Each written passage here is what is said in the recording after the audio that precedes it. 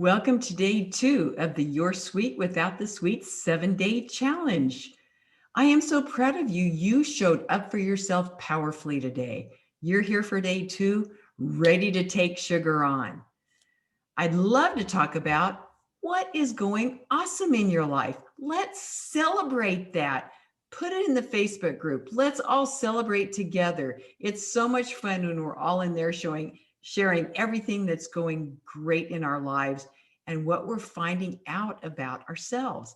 Put it in the Facebook group. Let's celebrate. Well, now we're going to talk a little bit more about sugar. You know what? Another challenge around ditching sugar is because nobody wants to get rid of it, right? Because it feels so good to eat it. Why does it feel so darn good? Well, let's take a quick look at what's happening in the body when you eat sugar and why we experience that awesome sugar high. Products that contain a lot of sugar, a lot of added sugar, usually don't contain a lot of fiber, fat, or protein. And it's fiber, fat, and protein that slow down sugar absorption. So when those nutrients aren't present, your blood sugar shoots way up really fast to the top of the blood sugar roller coaster. Now, at the top of this roller coaster, your brain is alerted. Your brain uses about 50% of the blood sugar at any given time. So any drastic rise or fall in your blood sugar levels causes your brain to literally flip out. So when your blood sugar spikes up, your brain isn't happy and it sends out an urgent message to your body saying, "This is an emergency." So what does your body do? Well, your pancreas starts to secrete the hormone insulin to bring your blood sugar levels down. Now, when insulin is set out, it doesn't just bring your blood sugar down to balance because there's often too much insulin secreted. So our blood sugar dips way down. And that's when the blood sugar crash happens. That blood sugar crash after that awesome high, that shaky, spaced out, clammy, uncomfortable feeling, we've all felt that. So you've had this blood sugar crash.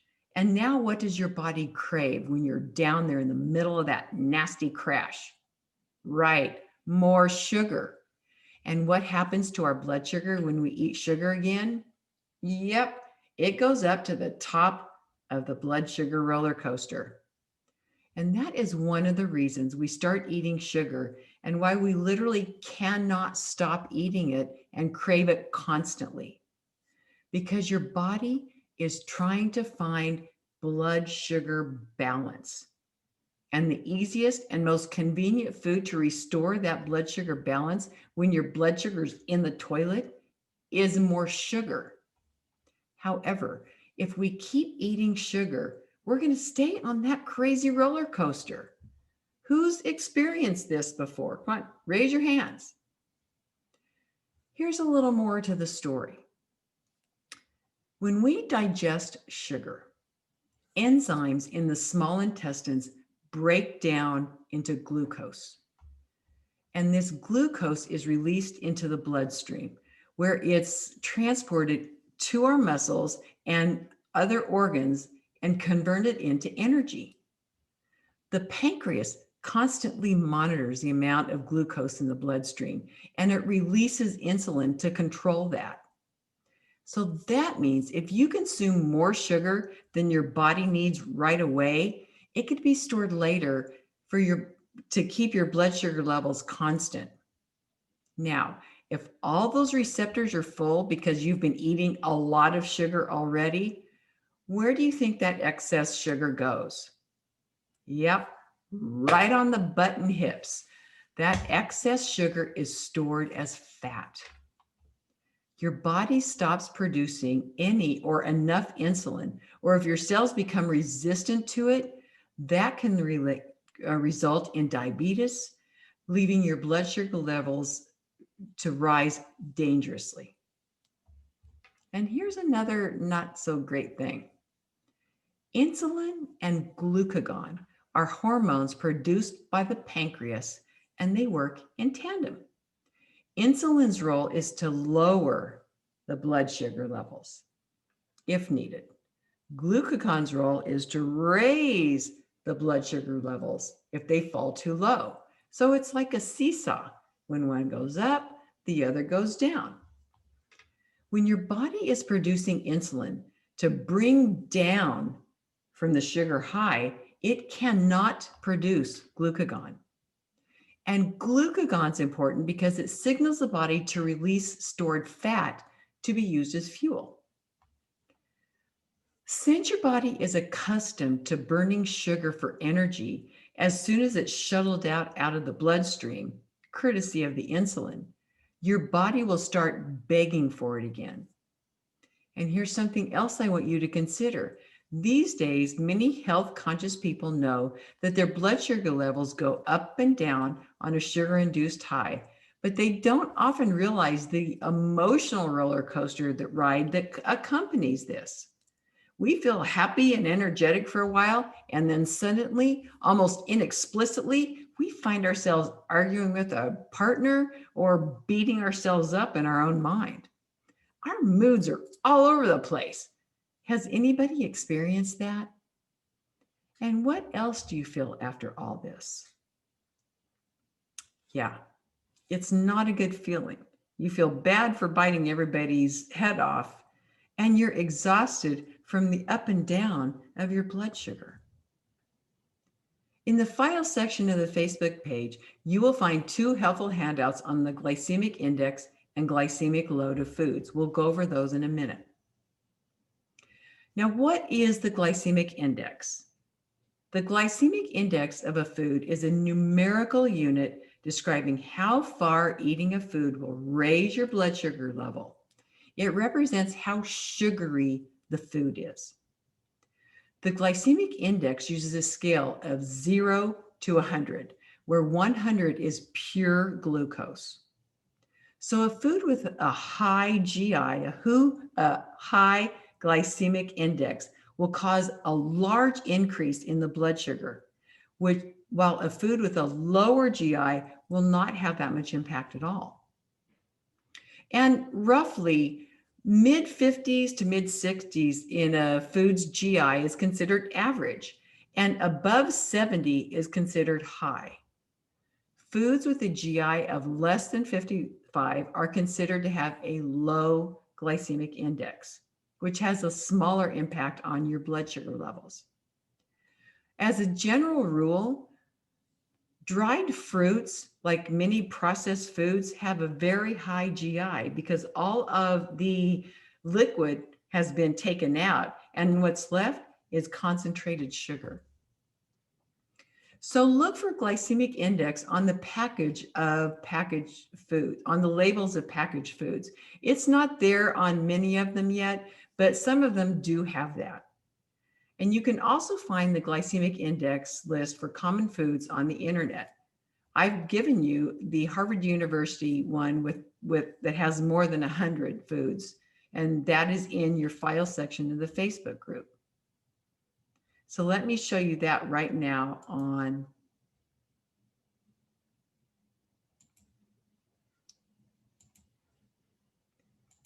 Okay, so we're going to go over the glycemic load in just a minute.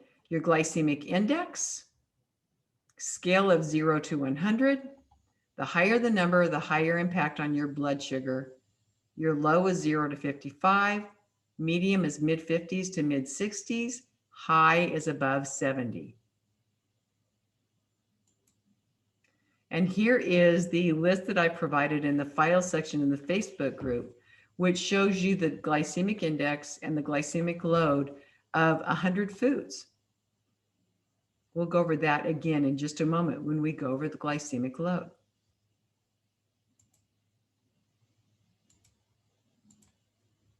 Now, the glycemic load is, researchers sought to balance the glycemic index by accounting for the serving size. It helps you account for both the quantity and the quality of the carbs at the same time. The glycemic load below 11 is low, 11 to 19 is average, and above 20 is considered high. For a diet with low glycemic load, you'll want to eat more whole grains, nuts, legumes, fruits, vegetables without starch, and other foods with a low glycemic index. Fewer foods with a high glycemic index like potatoes, white rice, and white bread, because those have a higher glycemic index, higher glycemic load. And you want to eat less sugary foods like candy, cookies, cakes, and sweet drinks. Now, bear in mind that a high GI and a high GL does not necessarily mean that whole foods are unhealthy and should be avoided. Compared to the refined carbohydrates, whole foods are much more nutritious option. In fact, some fruits are some of the healthiest carbohydrates a person can consume. They contain a lot of antioxidants and vitamins, and the sugar they contain, paired with the fiber that they have, is less likely to spike your blood sugar. Throughout this challenge, we're really talking about the added sugars in your diet, those added sugars in the products that you buy at the grocery store. Any packaged product that you purchase generally has a lot of sugar. As a matter of fact, 75% of the packaged products that we buy at our grocery stores have added sugar. Now, if you're following a low carb diet or worried about your blood sugar, you may want to use the tables that I provide to select the fruits that are rich in vitamins and minerals, but lower in carbs. Generally, high GI fruits have more total carbohydrates. So let's go over again. I'm going to share my screen again.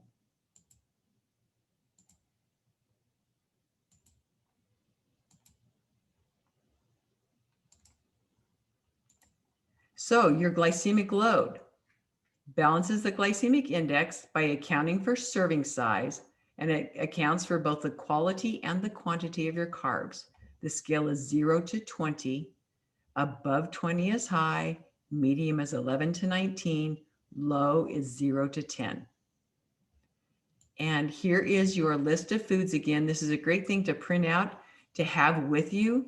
One of the things that is interesting that almost every class has ever commented on is, let me find it, cornflakes. Look at that. Everybody thinks of cornflakes as kind of, the healthier kind of breakfast. Well, guess what? Not so much. So this is really a great tool for you to have so you can understand what is in the products that you're purchasing at the grocery store so you can eat the healthiest diet possible. Okay. The rest of the week, I would love for you to understand that your body is sending signals all of the time. We just don't listen. We're starting to build our intuition, tuning into what our bodies are telling us. So for the rest of the challenge, I would love for you to document what you eat, how you feel right after you ate it, and then how you feel 2 hours later. Were you energized or were you lethargic? And at the end of the week, we're going to look back on this list and you're going to learn which foods give you energy and which foods suck it out of you. And if you eat refined sugar or refined carbs, take special notice and write down how you feel. Do you feel your blood sugar roller coaster? That white bread, those sugary snacks, the cereal that you thought was really, really healthy? Really notice, build your intuition, pinpoint, this is how I feel right after, and this is how I feel 2 hours later. You may find some foods that really surprise you. Tomorrow is probably my favorite. Well, they're all my favorite sessions, but tomorrow is especially special to me because we're going to go over food labels and the valuable information they give you when you're purchasing your packaged foods. So in that session, please bring a packaged food with you so we can look at the nutrition labels together. It could be anything, a frozen dinner, a box of cereal, a bottle of ketchup, just any kind of packaged food that you have at your house. Okay, what insights or appreciations did you have after today's session? Put that in the Facebook group. What did you learn? What surprised you? And what appreciation do you have for yourself? It's always great to end with positivity. Okay, that's it for this session. I will see you back for session 3, where we're going to look at food labels. I can't wait. You're going to be surprised. We'll see you all in the next session. Goodbye.